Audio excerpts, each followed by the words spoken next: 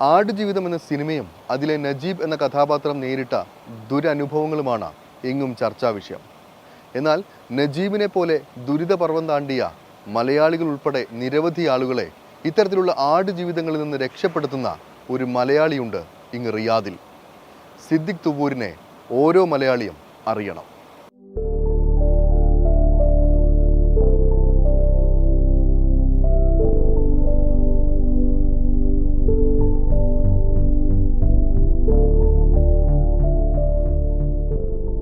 നാം അനുഭവിക്കാത്ത ജീവിതങ്ങളെല്ലാം നമുക്ക് കെട്ടുകഥകളാണ്. ആടുജീവിതം എന്ന തൻ്റെ നോവലിൽ ആമുഖമായി ബെന്യാമിൻ കുറിച്ചിട്ട മനോഹരമായ വരികളാണിത്. അത്രത്തോളം തീവ്രത നിറഞ്ഞ നജീബിൻ്റെ മരുഭൂമിയിലെ ജീവിതാനുഭവങ്ങളാണ് ബെന്യാമിൻ്റെ ആ വരികൾക്ക് പ്രചോദനം.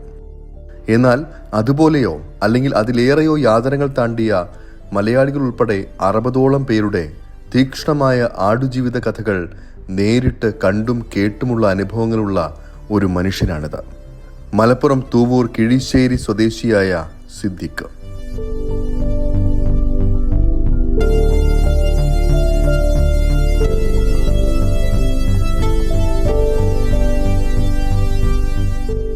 മണ്ണാർക്കാട് ഗവൺമെന്റ് കോളേജിൽ നിന്ന് കൊമേഴ്സിൽ ബിരുദാനന്തര ബിരുദം നേടിയ ശേഷമാണ് 2003 സിദ്ദിഖ് റിയാദിലെത്തുന്നത്.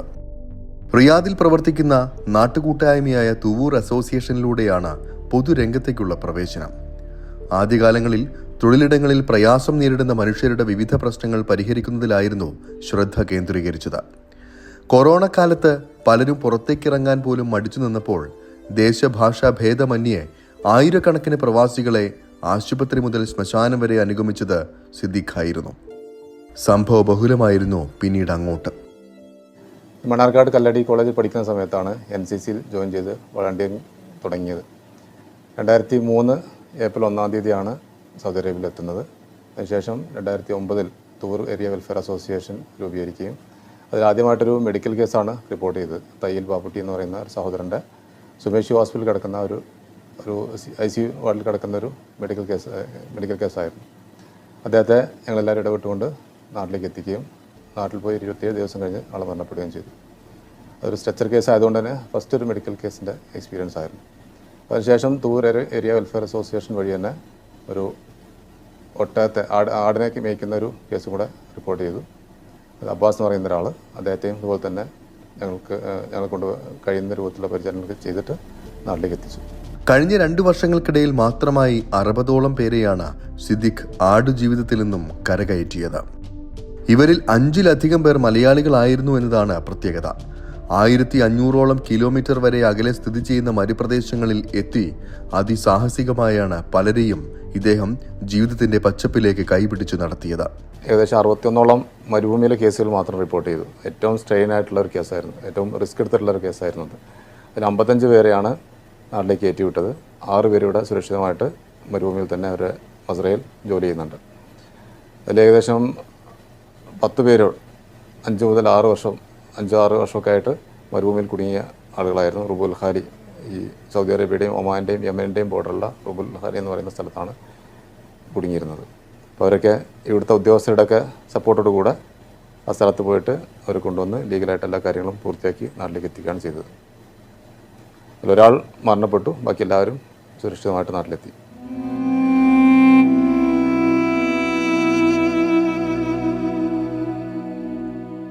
ആടുജീവിത കേസുകളിൽ മാത്രമല്ല, തൊഴിൽ പ്രശ്നം, അപകടം, നഷ്ടപരിഹാരം, വ്യാജ പരാതികൾ മുതലായ കേസുകളിലും ഇന്ത്യൻ എംബസി അടക്കം സിദ്ദിഖിന്റെ സഹായം തേടാറുണ്ട്.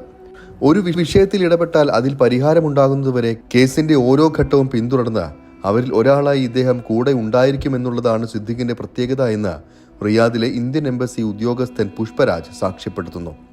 സിദ്ദിഖ് തുവൂരും ഞാനുമായിട്ട് വളരെ കാലത്തെ അടുത്ത ബന്ധമുണ്ട്. അദ്ദേഹം എംബസിയായിട്ട് ബന്ധപ്പെട്ട് വിവിധ കാര്യങ്ങളിൽ ബന്ധപ്പെടാറുണ്ട്. പക്ഷേ ഞാൻ അദ്ദേഹത്തിൽ കണ്ടൊരു ഗുണം എന്ന് പറഞ്ഞാൽ, ഒരു കേസുമായി ബന്ധപ്പെട്ട് വന്നാൽ ആ കേസ് തീരുന്നത് വരെ അത് ഫോളോ അപ്പ് ചെയ്ത് അതിൻ്റെ ഫൈനൽ റിസൾട്ട് വരുന്നവരെ അദ്ദേഹം അതിൻ്റെ പിന്നിലുണ്ടാവും.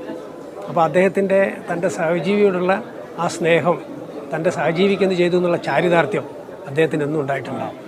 അതുപോലെ തന്നെ മരുഭൂമികളിൽ ഒരുപാട് ആളുകളുണ്ട്, ഇന്ത്യക്കാർ, നമുക്കൊന്നും കണ്ടെത്താൻ പറ്റാത്ത. അപ്പോൾ സിദ്ദിഖ് പല കാര്യങ്ങളുമായി ബന്ധപ്പെട്ട് ഔട്ട് ഓഫ് റിയാദിൽ പോകുമ്പോൾ ഇത്തരം ആളുകളെ കണ്ടെത്തുകയും അവരെ അവിടുന്ന് രക്ഷപ്പെടുത്തി എംബസിയിൽ കൊണ്ടുവരികയും എംബസിയിൽ കൊണ്ടുവരുന്ന രംഗം എന്ന് പറഞ്ഞാൽ താടിയും മുടിയൊക്കെ നീട്ടി നമ്മൾ ആടുജീവിതത്തിലുള്ള നജീബിൻ്റെ അതേ അവസ്ഥയിലുള്ള ആൾക്കാരെയാണ് കൊണ്ടുവരുന്നത്. പിന്നെ അദ്ദേഹത്തിനെ കുളിപ്പിച്ചു, വസ്ത്രമൊക്കെ മാറ്റി, ഒരു എന്താ പറയുക, നല്ല മുടിയൊക്കെ വെട്ടിയതിന് ശേഷം നല്ലൊരു മനുഷ്യപ്രകൃതത്തിലാണ് അദ്ദേഹത്തെ കൊണ്ടുവരാറ്. പിന്നെ അതിന് വേണ്ട മറ്റ് നടപടികൾ, നാട്ടിലേക്ക് അയച്ചുവിടാനുള്ള എല്ലാ പ്രോസസ്സുകളും അദ്ദേഹത്തിന് ഒരുപാട് ജവാസത്തിൽ ആളുകളായിട്ടൊക്കെ ബന്ധമുണ്ട്, തർഹീലിലെ ഓഫീസർമാരായിട്ട് ബന്ധമുണ്ട്. അതിനൊരു ജെന്യൂൻ ആയതുകൊണ്ട് എല്ലാവരും അദ്ദേഹത്തിനെ സഹായിക്കുന്നുണ്ട്.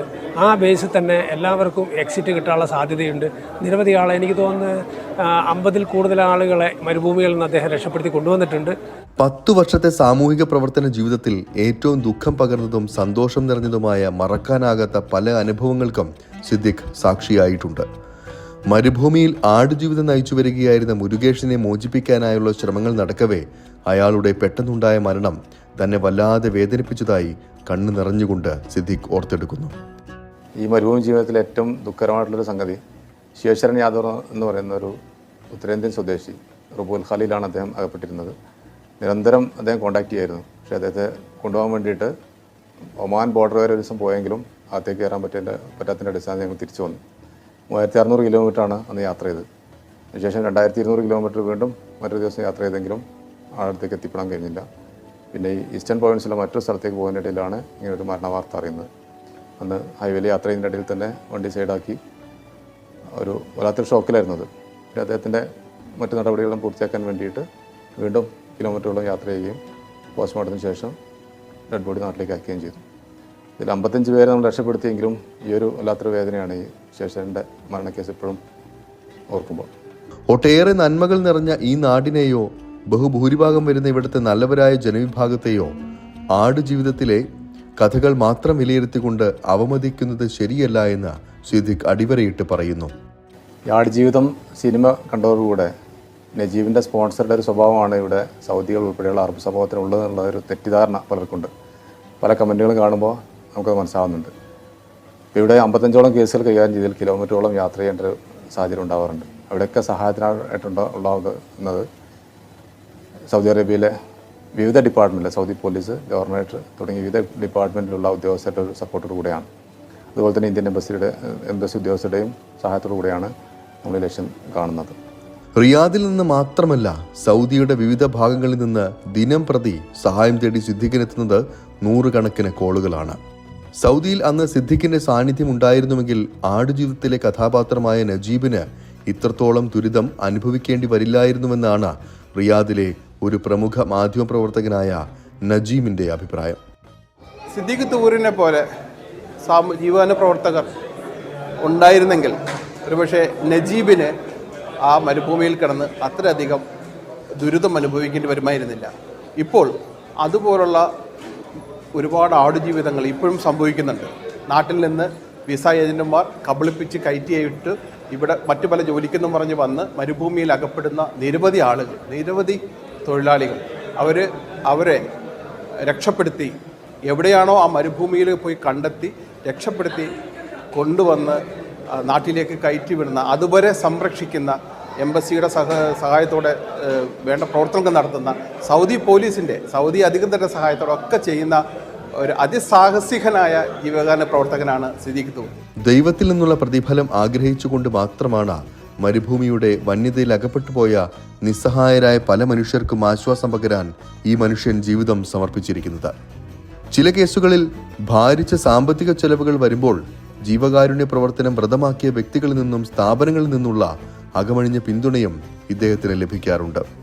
ജീവകാരുണ്യ പ്രവർത്തനങ്ങൾക്കിടയിൽ പലപ്പോഴും വീട്ടുകാര്യങ്ങൾ പോലും മറന്നു പോകുന്ന സന്ദർഭങ്ങളും ഉണ്ടായിട്ടുണ്ട്. ഒരിക്കൽ ഗർഭിണിയായ ഭാര്യയെ ആശുപത്രിയിലേക്ക് കൊണ്ടുപോകാനിരിക്കെ ഒരു ഫോൺ കോൾ എത്തി. ഗുരുതരമായ നിയമപ്രശ്നത്തിൽ അകപ്പെട്ടു പോയ ഒരു മലയാളിയുടെ സഹായം അഭ്യർത്ഥിച്ചുകൊണ്ടുള്ളതായിരുന്നു ആ ഫോൺ കോൾ. പിന്നെ ഒന്നും ആലോചിച്ചില്ല. ഭാര്യയെ ആശുപത്രിയിൽ കൊണ്ടുപോകാൻ സുഹൃത്തുക്കളെ ഏൽപ്പിച്ച് രക്ഷാപ്രവർത്തനത്തിനായി വിദൂര ദേശത്തേക്ക് തിരിച്ചു അന്ന് സിദ്ദിഖ്. 2 ദിവസത്തിന് ശേഷമായിരുന്നു സിദ്ദിഖ് തിരിച്ചെത്തിയത്. ജീവകാരുണ്യ പ്രവർത്തനങ്ങൾക്ക് അകമഴിഞ്ഞ് പിന്തുണ നൽകുന്ന ഭാര്യ ബാസിമയും മക്കളായ നേഹാമറിയവും സാറാമറിയവുമാണ് സിദ്ദിഖിന്റെ കരുത്ത്. സ്കൂളിൽ എൻ്റെ ഉപ്പയെ പറ്റി കുറേ ടീച്ചേഴ്സിനോടൊക്കെ പറയാറുണ്ട്. ഞാൻ പറയും എനിക്ക് പ്രൗഡാണ് എൻ്റെ ഉപ്പയെ പറ്റി. ഇപ്പൊ എല്ലാവർക്കും അറിയാം എൻ്റെ ഉപ്പാനെ. സ്കൂൾ പഠനകാലത്ത് NCCയുടെ സന്നദ്ധ സേവന പ്രവർത്തനങ്ങളിൽ നിന്നും ലഭിച്ച പരിശീലനമാണ് ജീവകാരുണ്യ രംഗത്ത് തന്നെ മികച്ചൊരു പ്രവർത്തകനാക്കാൻ പ്രാപ്തനാക്കിയതെന്ന് സിദ്ദിഖ് പറയും. കൂടാതെ മാതാപിതാക്കളുടെ മാതൃകയും ഏറെ പ്രചോദനമായിരുന്നു. ഈ ജീവകാരുണ്യ പ്രവർത്തനങ്ങൾക്ക് എപ്പോഴും പ്രചോദനമായിട്ടുള്ളത് മരണപ്പെട്ടു പോയ എൻ്റെ ഉപ്പയും ഉമ്മയും തന്നെയാണ്. പിന്നെ ഈ രംഗത്തേക്ക് ഇറങ്ങുമ്പോൾ കുടുംബത്തിൻ്റെ സപ്പോർട്ട്, ഭാര്യയും മക്കളുടെയൊക്കെ സപ്പോർട്ട് പ്രത്യേകം എടുത്തു പറയേണ്ടത് തന്നെയാണ്. ഞാൻ പലപ്പോഴും കിലോമീറ്ററുകളും ദിവസങ്ങളോളം വിട്ടു നിൽക്കേണ്ട സാഹചര്യം ഉണ്ടാവാറുണ്ട്.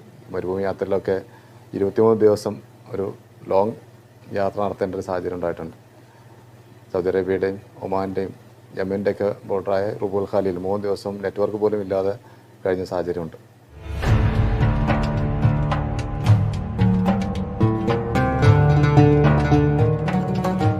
മനസ്സിൽ മരുഭൂമിയുടെ പൊള്ളുന്ന ചൂടും തണുത്തു മരവിച്ച വികാരങ്ങളും പേറി ആട്ടിടയന്മാരായി ജീവിതം തള്ളി നീക്കുന്ന ഒരു പറ്റ മനുഷ്യർക്ക് എന്നും പ്രതീക്ഷയുടെ പച്ചപ്പാണ് സിദ്ദിഖ് തുവ്വൂർ എന്ന മനുഷ്യസ്നേഹിയായ ഈ ചെറുപ്പക്കാരൻ.